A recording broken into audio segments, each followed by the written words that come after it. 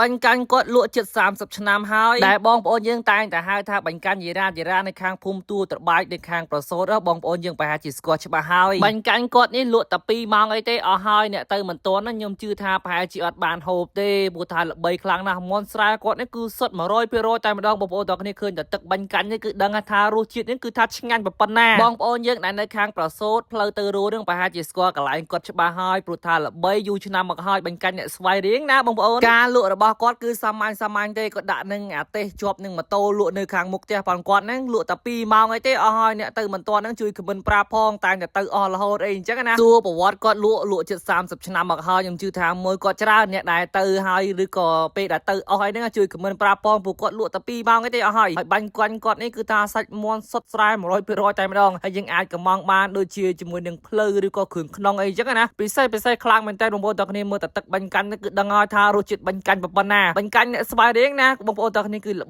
បីណាស់ជាពិសេសហ្នឹងគឺថាជើងចាស់ធ្វើទៀតគឺថារសជាតិញាក់សាច់តែម្ដងបងប្អូនអ្វីដែលកាន់តែពិសេសទៀតនោះគឺថាបាញ់កាន់គាត់2000គីឡូ3000គីឡូ5000គីឡូដែរបងប្អូនទាំងគ្នាហើយគឺតម្លៃធូរថ្លៃទេហើយសម្រាប់សាច់យើងអាចថែមតាមនឹងបានអញ្ចឹងណាតម្លៃតាមផ្នែកនីមួយនៃតម្លៃសាច់ផនគាត់អញ្ចឹងទៅសម្រាប់ខ្ញុំតោហត់ទៅគឺមានជាតិខ្លាំងមែនតើបងប្អូនទាំងអស់គ្នាអើយហើយក៏ខ្ញុំចង់ឃើញមួយផនគាត់ដែលបានឃើញវីដេអូហ្នឹងជួយខមមិនប្រាប់ផងថាញ៉ាំប្រហែលឆ្នាំហើយរសជាតិយ៉ាងម៉េចដែរអញ្ចឹងណាព្រោះថាខ្ញុំទៅនេះគឺតម្រង់ជួគ្នាតែម្ដងគឺថាគាត់ថាឆ្អិនមិនទាន់ទេអ្នកខ្លះនឹងគឺថាមករងចាំទាំងមិនទាន់ឆ្អិនទៀតបងប្អូនទាំងអស់គ្នាដូច្នេះហើយសម្រាប់បងប្អូនយើងដែលមិនស្គាល់បានឃើញកន្លែងថ្មីមួយទៀតហើយដែលធ្វើដំណើរជីកាត់ទៅស្រុកកំពង់រួយហ្នឹងណាដឹងតែថាជីកាត់កន្លែងហ្នឹងហើយអាចសាកចូលញ៉ាំកន្លែងគាត់បានដូច្នេះហើយបងប្អូនយើងអាចទៅចន្លោះមកដែលខ្ញុំដាក់នៅខាងលើឬក៏ខមមិនខាងក្រោមនឹងបានអញ្ចឹងណាទៅអាចយឺនយឺតិចគឺដឹងតែអស់ហើយជាពិសេសហ្នឹងគឺថាផ្នែកសាច់នៃកន្លែងសំខាន់ហ្នឹងគឺថាមានទាំងអ្នកទេកក់ទុកផងបងប្អូនហើយគឺថាបងស្រីគាត់រវល់ខ្លាំងមែនតើដូច្នេះហើយតែយើងទៅមិនទាន់ឬក៏មិនបានខ